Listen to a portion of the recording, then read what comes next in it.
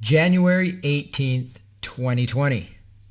Guys, do we have a show today? Is that what you call your own YouTube channel? A show? An episode?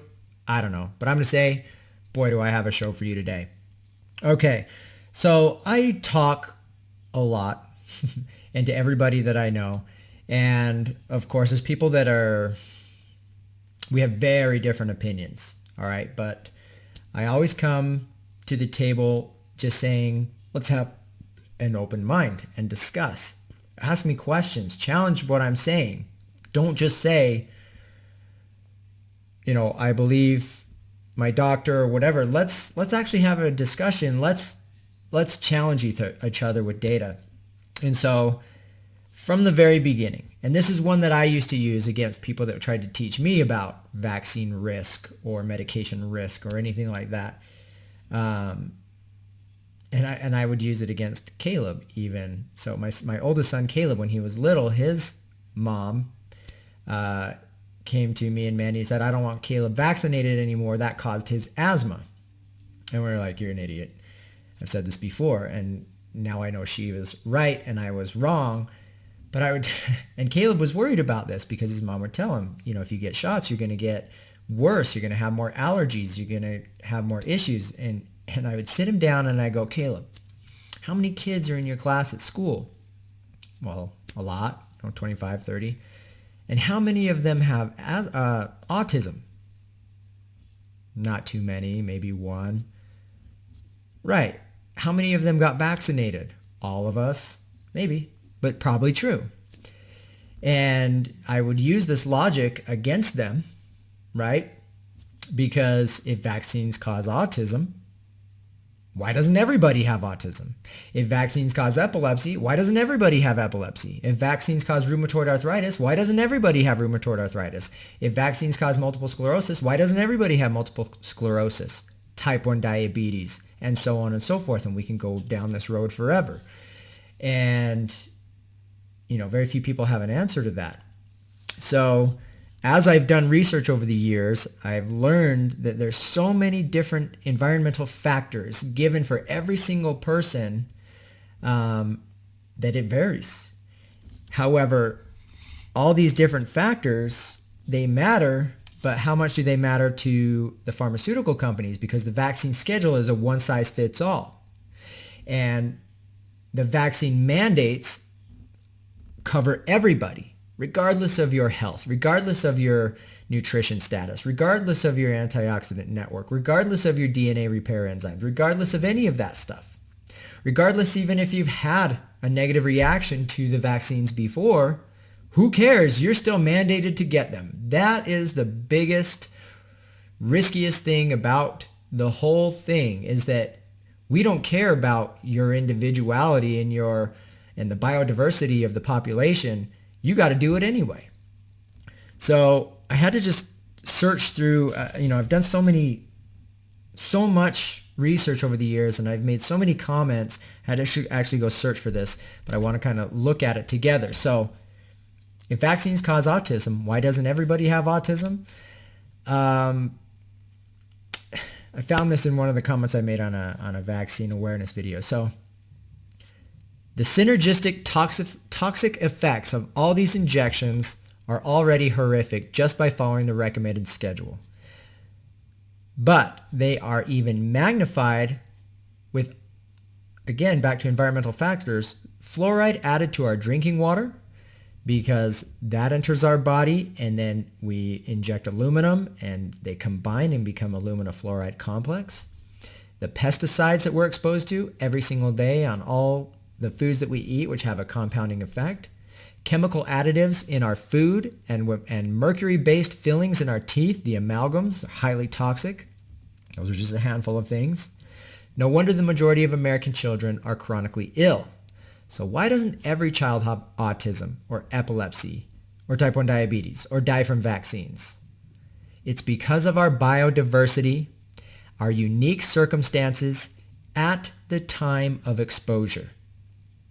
Sensitivities to toxicity depends on many factors, such as the condition of the antioxidant network of the individual, the state of general nutrition, which everybody's is different. We all follow different meal plans and different food purchases, presence of natural metal chelators in our bodies, differences in our DNA repair enzymes, biochemical differences, and genetic differences, just to name a few. Just being slightly deficient in selenium at the time of exposure could be catastrophic because it reduces the body's ability to make glutathione peroxidate, which is a very powerful antioxidant that we make in our body. So the schedule could never safely be a one-size-fits-all. And to be honest, it can't ever be safe at all for anybody. Just because you're not seeing obvious side effects of these vaccines and these injections doesn't mean you didn't experience harm.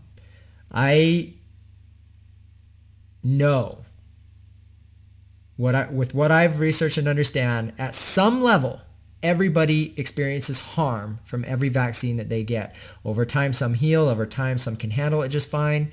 But there is a cost every single time. Now, a couple videos ago, we talked about the power of the microbiome and how important it is. And I focused a lot on glyphosate exposure because it is an antibiotic. It's also a very, very, very powerful chelator of minerals. That's really how it was developed. It was an industrial pipe cleaner because it could just strip the pipes of these minerals that were clogging the pipes.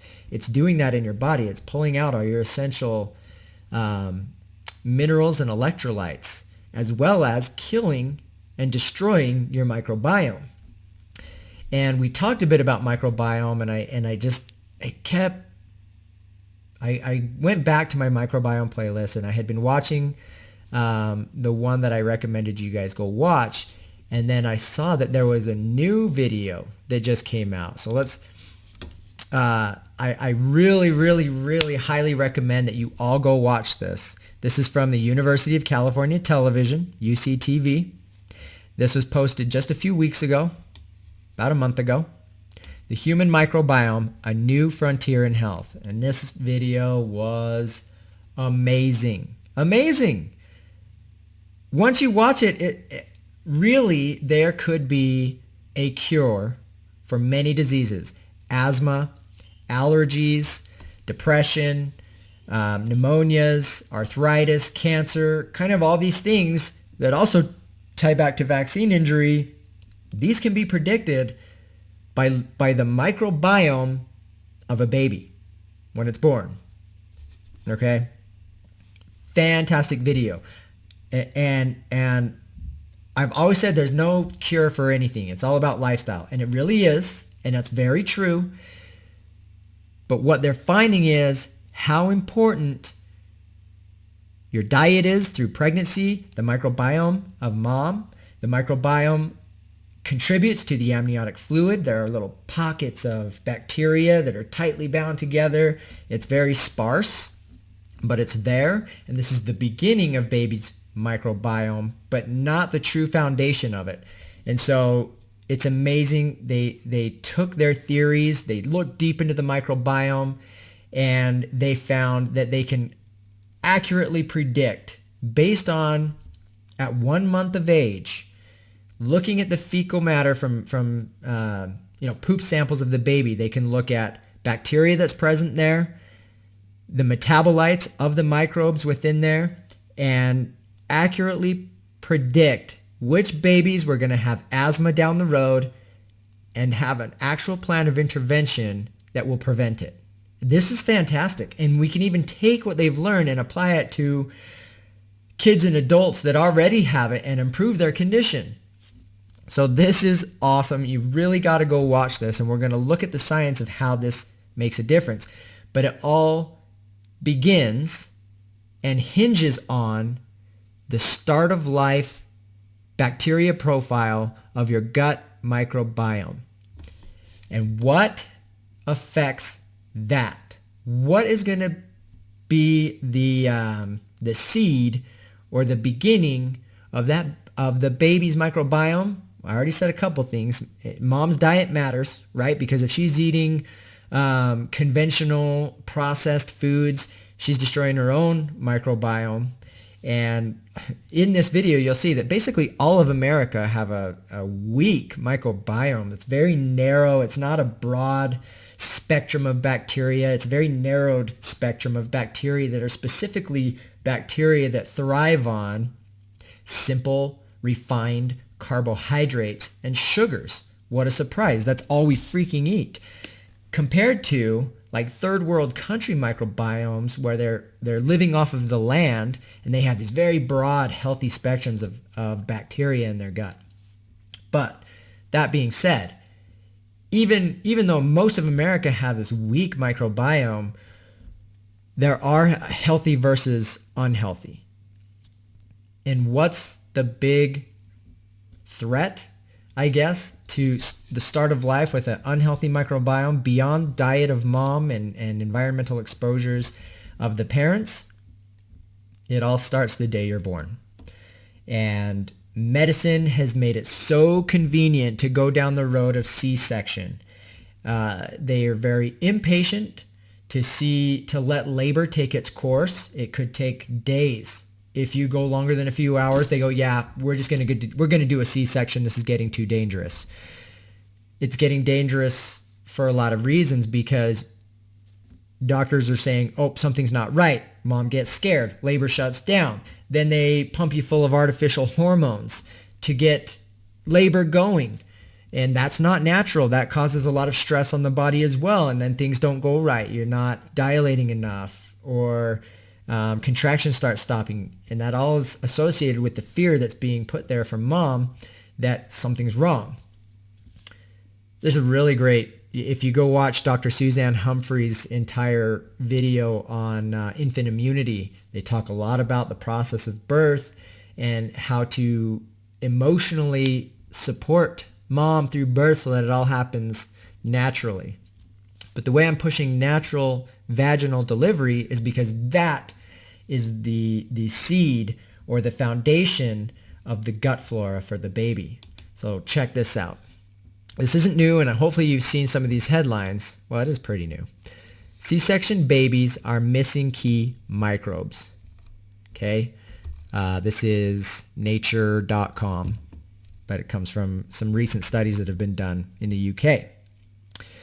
The study, which analyzed nearly 600 births in the United Kingdom, did not look at whether these microbial differences can affect health later in life, but the presence of disease-causing bacteria is a concern. And then we'll look at where the data does show that it absolutely hinges on disease later in life. Okay. Vaginal seeding, distinct differences. The difference between their gut microbiota was clear-cut.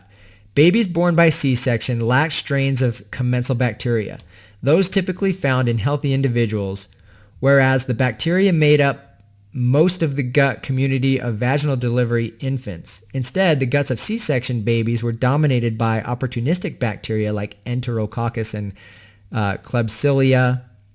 And it goes on that there's missing bacteroids and all kinds of health effects that are happening due to C-section. So I started looking up the studies.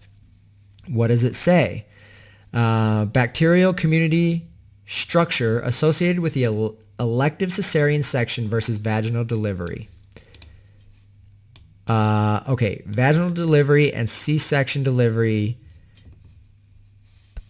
The taxa of the fecal microbiota were significantly different between the two groups. In the vaginal delivery infants, Escherichia coli, Bacteroides sp, and Bifidobacterium longum were the dominant microbes. However, in C-section delivery infants, the dominant bacteria and microbes that were found were the ones that the baby were exposed to in the operating room. Okay? Staphylococcus, Clostridium, Enterobacter sp, and Streptococcus were the dominant bacteria of the gut microbiome. No wonder our babies are sick, okay? They are planted with harmful bacteria as the foundation of their gut microbiome from the C-sections in the hospital. This is really important. This has huge catastrophic results later in life. You can look at this up. You can go to PubMed and search whatever you want. C-sections and microbiome. I did C-sections, microbiome with strep to find those. And you can see all these great articles about maternal diet and how it's related to the stool of the microbiome of the baby, oral microbiome development during childhood, and then even once you're born, a lot of the moms that are convinced to go C-section, well, their own body doesn't go through the process of birth. They're pumped full of artificial hormones, and they actually aren't naturally triggered to produce the breast milk. All of the functions or all of the events of a vaginal delivery is what gets that milk production going. And when you use Pitocin or oxytocin, which are synthetic hormones, that actually blocks your milk production as well. So more and more moms, and this is no fault of theirs, are unable to breastfeed. And this is a big hindrance to the growth of the gut microbiome, because a lot of the lactobacillus and everything of those important bacteria come from the breast milk. Again, breast is best because it's natural, and natural is better. It is. Human milk microbiota. It goes on and on. You can go through and do this research yourself. That's not the point. I'm just pointing you in that direction. I want to go back to this presentation where they're now saying, hey, if we can get ahead of this, knowing in advance whether the baby was born C-section, whether it was vaginal delivery, and we can take a look within weeks of birth and say, what are the bacteria profiles of the baby? Then we can start supporting the missing microbes via probiotics, prebiotics, and even fecal matter transplant. You start putting in the right bacteria, and you can prevent any of these diseases from actually showing up later in life. And man, this was so exciting to me, because Caleb did get asthma after his kindergarten shots. And he's had asthma his whole life. He's relied on, the albuterols and the steroids, which are detrimental to the body as a whole, but he has to use them to control the inflammation in the airways. And so as soon as I started learning this, I'm like, Caleb, buddy, we may have a cure, or at least be able to improve things right away. I need you to watch this presentation. We're going to clean up your diet. I need you to remove, all the toxins, the glyphosates, the pesticides, so that we're stop killing the bacteria in your gut. We're going to, and this is all going to be up to him. I'm just trying to teach him. Remove the simple and refined carbohydrates and sugars from your diet. Support it with healthy fats and healthy bacteria, right? Fermented vegetables, and then get some great probiotics that are heavy in lactobacillus family, the lactic acid family of bacteria. We'll go into it, but we could have a cure. And so then I'm like, wait a minute. I've been preaching that this is all due to vaccines, not due to the microbiome, right? Exactly. That's what I said. And so then I got thinking, okay, hold on. Is it vaccines or is it bacteria? If the bacteria that's there can control the future diseases that are going to appear later in life, is the bacteria having an effect on the vaccine reaction, right? Because all these other things, antioxidant network, DNA repair enzymes, biochemical differences, genetic differences, all these things, all these variables tip the scales one way or the other toward a vaccine adverse event or toward immunity. Is the microbiome another one of these that actually controls vaccine reaction? So I jumped into a lot of the studies that are there, looked at some of the studies about the microbiome in childhood asthma, because that's what I was learning about in the video. We talked about the gut-brain axis, the microbiota, and neurotransmitters, and how depression and anxiety and all these things hinge on the proper bacteria in the gut. Well, check this out. The role of the microbiome in asthma, the gut-lung axis. There's all these different accesses in the body from the gut microbiome to proper function of different systems, and the lungs has it. Again, you can go look at these studies yourself. We don't have time to get into it. I'm just pointing you guys in the direction. The role of the microbiome in asthma and the gut-lung axis, it's huge. What it comes down to is, depending on those different bacteria, their metabolites, after they're processing the foods you eat, are pivotal to either inflammation or anti-inflammatory. And so there's specific lipids that these, we'll call them bad bacteria, that asthmatics have in their gut, are mass producing these lipids that end up in your lungs and in your bronchial tubes that are highly inflammatory. And you rely on these steroids to reduce the inflammation. Well, if we can just alter the gut microbiome and replace those bad with the good, you're going to have less of that lipid production and be able to no longer have these symptoms of asthma. It's pretty cool. This is awesome. So then I searched, okay, there's got to be some type of influence between the bacteria profile and a vaccine response. And there absolutely is. So the influence of the intestinal microbiome on vaccine responses. There is a substantial variation between individuals in the immune response to vaccination. The intestinal microbiome plays a crucial role in the development and regulation of the immune system, and therefore its composition might affect how individuals respond to vaccines. In this review, we summarize studies that investigated the influence of the intestinal microbiome on humoral and cellular vaccine responses. To date, and this is new research, guys, there's only been 4 studies, 3 in infants, 1 in adults, that's investigated the influence of the intestinal microbiome on vaccine responses. All found an association between the intestinal microbiome and vaccine response. Despite the heterogeneity in study designs, including different vaccines, different vaccine schedules, the timing of collection of the stool and blood samples, analysis methods, and reporting of results on different taxonomic levels, findings across the studies were very consistent. A higher relative abundance of the phylum Actinobacteria, oral and perinatal vaccines, didn't matter, and firmicutes or oral vaccines was associated with both higher humoral and higher cellular vaccine responses, while a higher relative abundance of the phylum Proteobacteria and Bacteroidetes was associated with lower responses. Further, well-designed, adequately powered studies using whole genome sequencing to include the influence of your virus population, fungus population, parasite population are all needed to investigate in more detail the influence of the intestinal microbiome on the vaccine response. It gets deeper. Again, these studies are very recent, only a few months old. Role of the microbiota in modulation of vaccine immune responses. The human immune system and microbiota co-evolve, and their balanced relationship is based on crosstalk between the two systems through the course of life.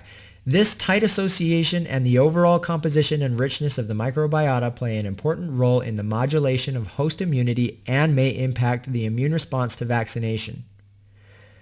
The availability of innovative technologies such as next-generation sequencing and correlative bioinformatics tools allows a deeper investigation of the crosstalk between the microbiota and the human immune response.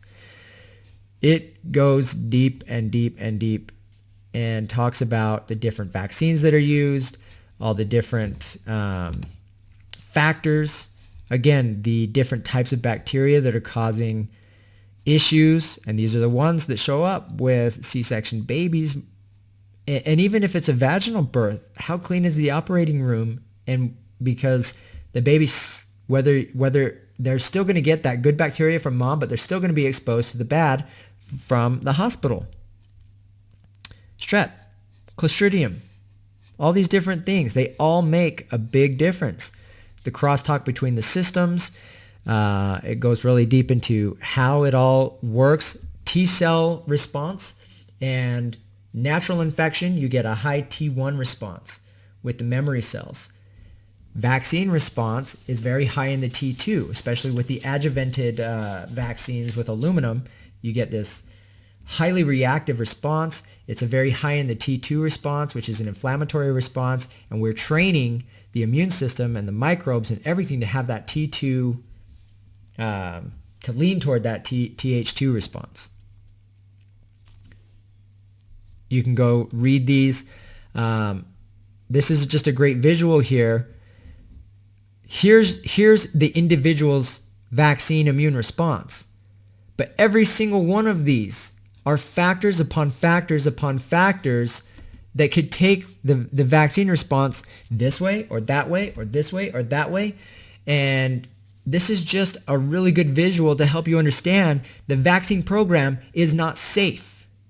Vaccines are not safe. They cannot and never will be able to be a one-size-fit-all thing. It should never, ever, ever, ever be mandated on anybody, because you should have the right to choose out of this risk and go with nature, because our body knows what to do with these infections naturally, with the proper nutrition, with the proper tools, with the proper swords, right? The antioxidants, the vitamin C's, the nutrition, okay, the tools, the weapons. Look at this. The state of formulation of the vaccine, what antigen is in there, what adjuvants are in there, what's the delivery system, what's the antigen dose, what's the route of immunization, what's the vaccination schedule that the person is being set up on.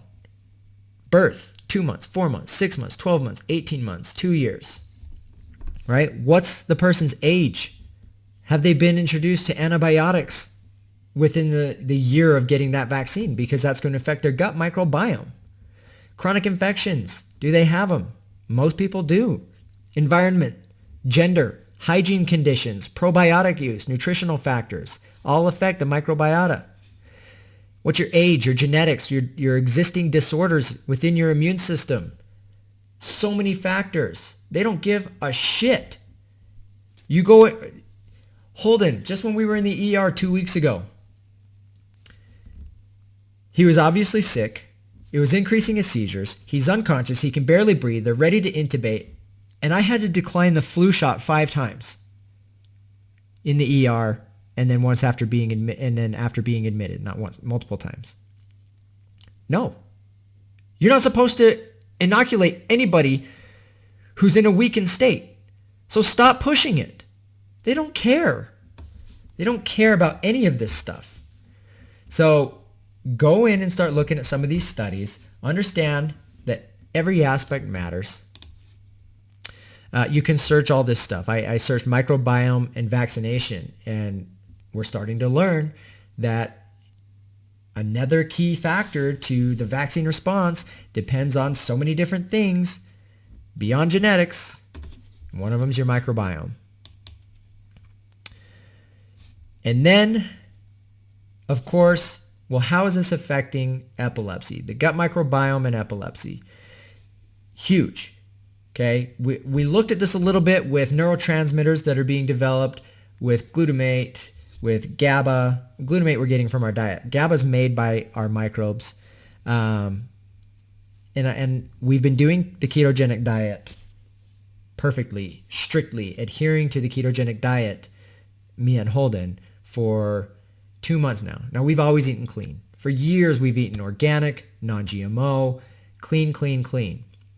And of course, we watch glutamate intake, because with the brain damage from the aluminum, his immunoexcitotoxicity is very high and very, very sensitive to glutamate. And glutamate is the most abundant neurotransmitter. It's in all the foods. But when it's isolated in like a monosodium glutamate, or if you take proteins and isolate them down into a powder, whey proteins, peanut powders, different things like that, it's concentrated levels of free glutamates that are instantly enter the bloodstream and cause tons of seizures. So if you deal with epilepsy or seizures, you got to keep a close eye on chemical exposures, high glutamate levels in your food, anything excitatory. But I was looking at the gut microbiome for epilepsy. Of course, it matters, and we can dive into these studies, or you can jump in and read them. But then I was like, so what is it about the ketogenic diet that's supposed to help epileptics? Because we've been in ketosis for a while, but we haven't really seen any improvements yet in his seizures, right? And his gut microbiome is vastly different than mine. And we can tell because we eat the same things. We eat the same foods. What I make for him, I make for myself. And I stick to it because I fight skin cancers, cancer lesions all over my bald head. And so it's very important to me that I stay away from glucose, simple refined carbohydrates that can feed cancers. I want to be in ketosis and help my body fight the cancer. I don't fear cancer. I'm never going to go to a doctor for it. I'm all shiny today because I make some very potent cannabis-based salves that are very high in THC, because that helps actually kill cancer cells as well. And I'm winning the battle. It's a process. But what is it about the ketogenic diet that helps the seizures? What they're finding is, obviously ketones are great fuel for the brain. Okay, it helps with Alzheimer's disease, Parkinson's disease, all kinds of the neurological degenerative diseases. They do better on ketones. It's a better fuel. It's a more efficient fuel for the brain, for the heart. It's actually very healthy for you. But is it ketones that are helping control the seizures?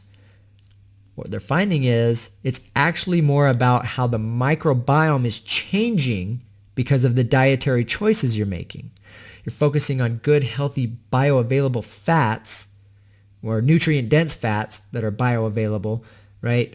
If you're taking in beta-carotene from plants like sweet potatoes and things like that, well, your body has to have all the mechanisms primed and ready to go to convert that to vitamin A, and very, very little of that actually gets converted that's used by the body. Okay, it's much better to find healthy fats, right? Ruminants like cows and sheep and goats, well, they eat the grass and they have multiple stomachs that are processing it, and their body has these vitamins already converted to retinol, right? And you get, that's what it means by bioavailable. When we eat these animals and they're fats and they're fat soluble, and some of the vitamins are water soluble, it's easily accessible for the body to use retinol versus beta carotene, because beta carotene has to be converted. I keep getting sidetracked. The anti-seizure effect of the ketogenic diet actually goes back to the changes of the gut microbiome. So here's what's happening. Holden's body is messed up. He has a horribly wrong bacteria profile, and he always has. He was born C-section. He wasn't able to be breastfed because of all the things that I just went through. And so he's had the wrong bacteria his whole life. That made him prone to vaccine injury. And here we are. And then he had a horrific status epilepsy situation almost a year and a half ago, where he had pneumonia, and they had to do a very powerful antibiotic, which completely destroyed the healthy microbiome we had been building with clean food. And from that day forward, he's been gaining weight like crazy. When we moved here, we had reduced his weight. We had got him pretty healthy. And now he's just literally ballooned up. It's been horrible to watch. And I know it was because his microbiome stability was destroyed with that antibiotic. But it was you're damned if you do, you're damned if you don't situation, because those seizures would have killed him from the pneumonia infection that he had. It came very close. And here we are, and now we got to try to rebuild his microbiome. So he's been in ketosis. I'm like, God, this isn't even working.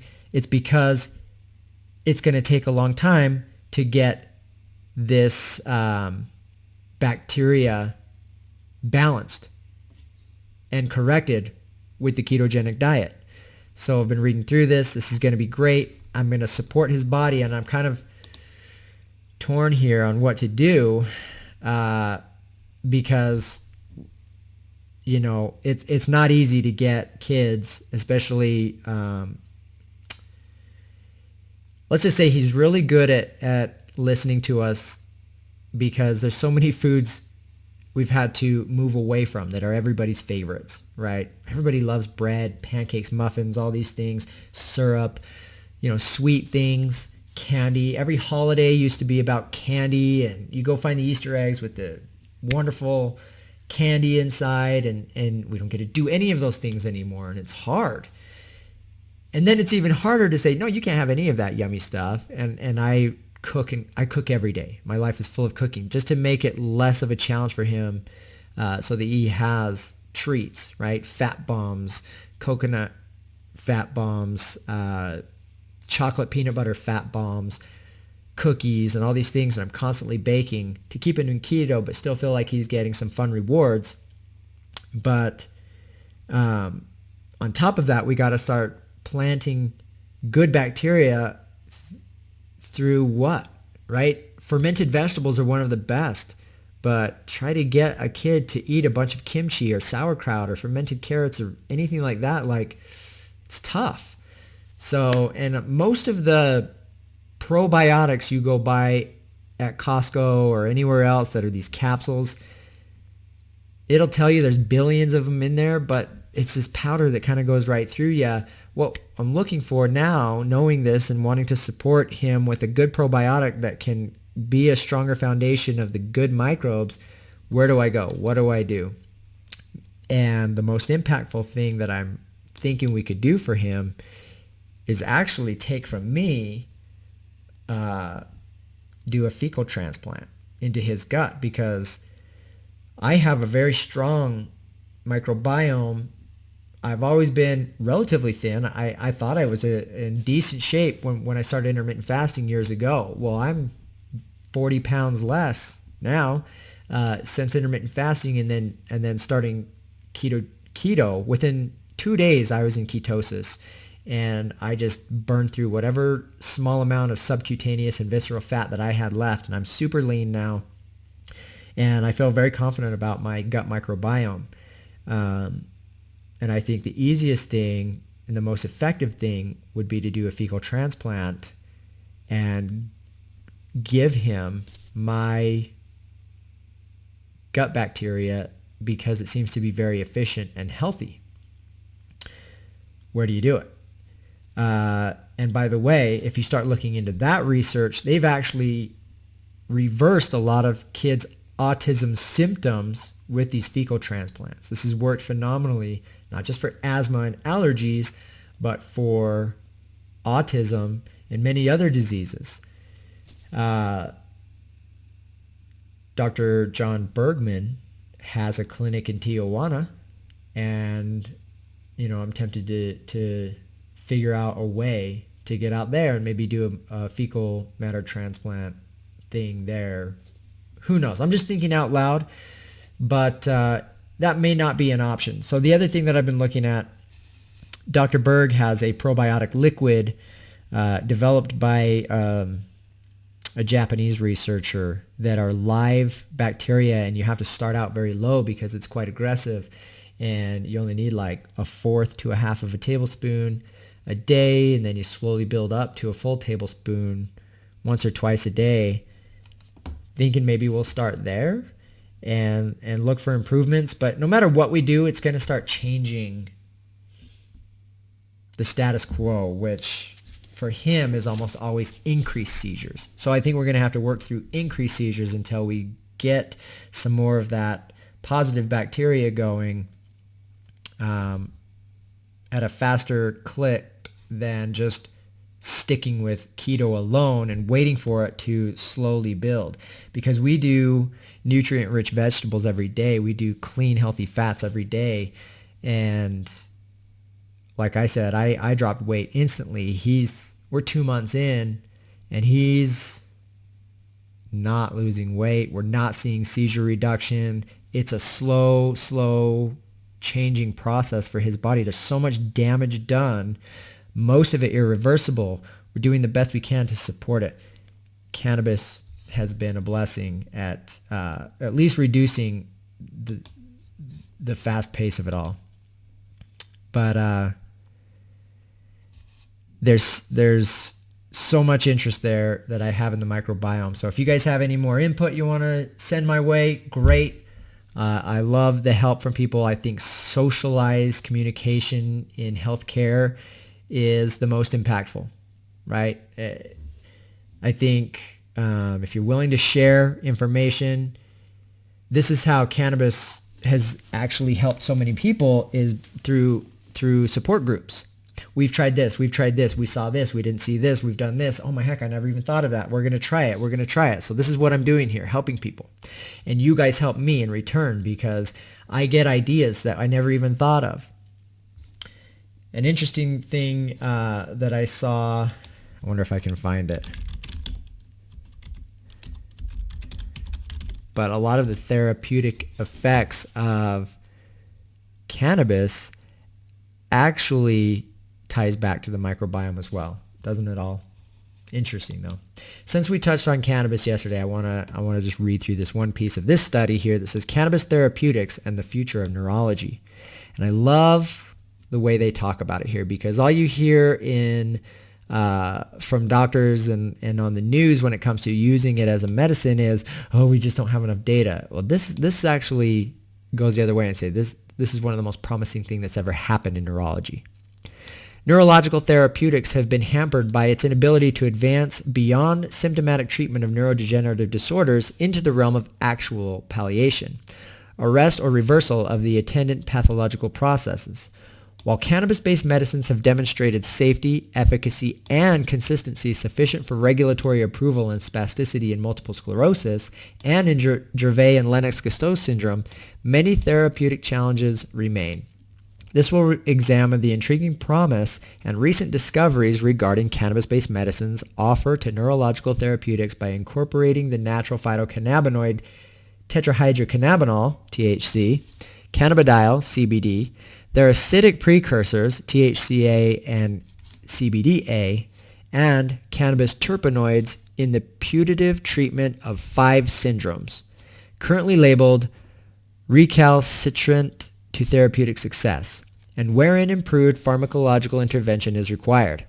Intractable epilepsy, that's my son, brain tumors, people in my family, Parkinson's disease, Alzheimer's disease, and traumatic brain injury, TBI, as well as chronic traumatic encephalopathy, CTE, which affects 100% of football players.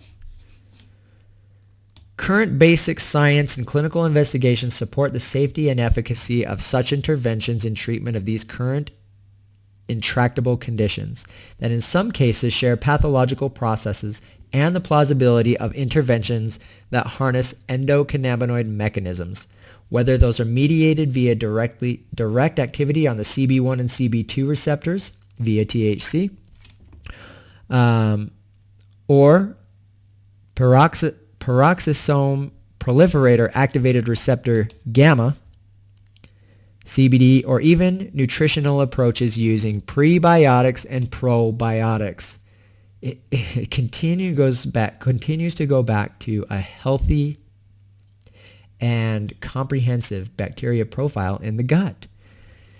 The inherent polypharmaceutical properties of cannabis botanicals offer distinct advantages over the current single target pharmaceutical model and portend to revolutionize neurological treatment into a new reality of effective interventional and even preventative treatments. I love to see that science is going this way because it's following the fact that nature has the solution. It's there. We just need to pursue it. It's pretty fantastic.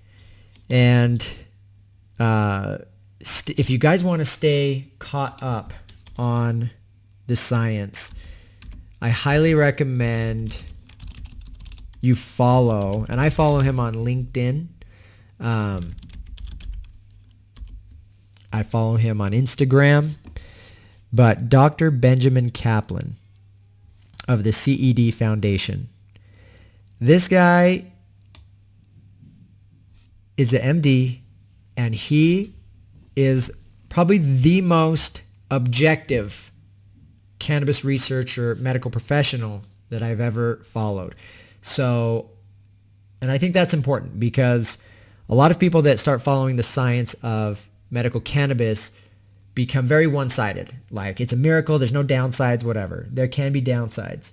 And this is one physician that is objective. Very important.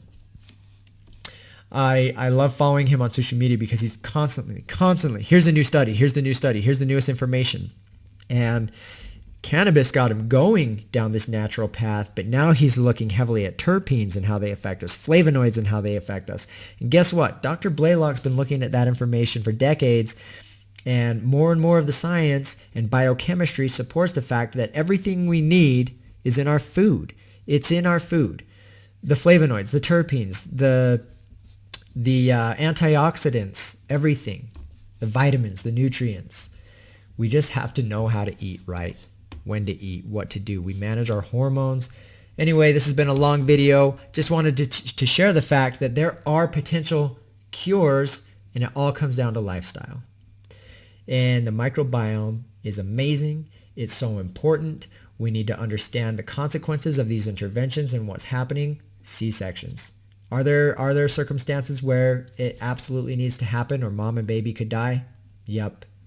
But now we know, hey, what if we just do right then, you do a swab of the vaginal canal right to the baby, and boom, there's that implantation of the proper microbes.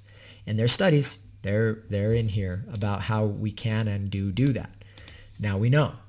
So I've never been anti-science. You might think that because I'm saying these interventions. Science is how we're learning all of this.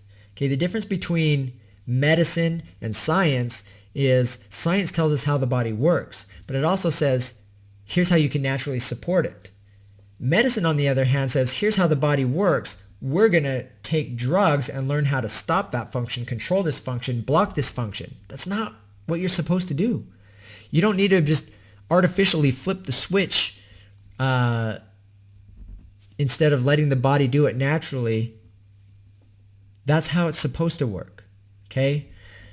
Anyway, I'm going to get out of here and go spend some time with my family. Thanks, guys. Bye.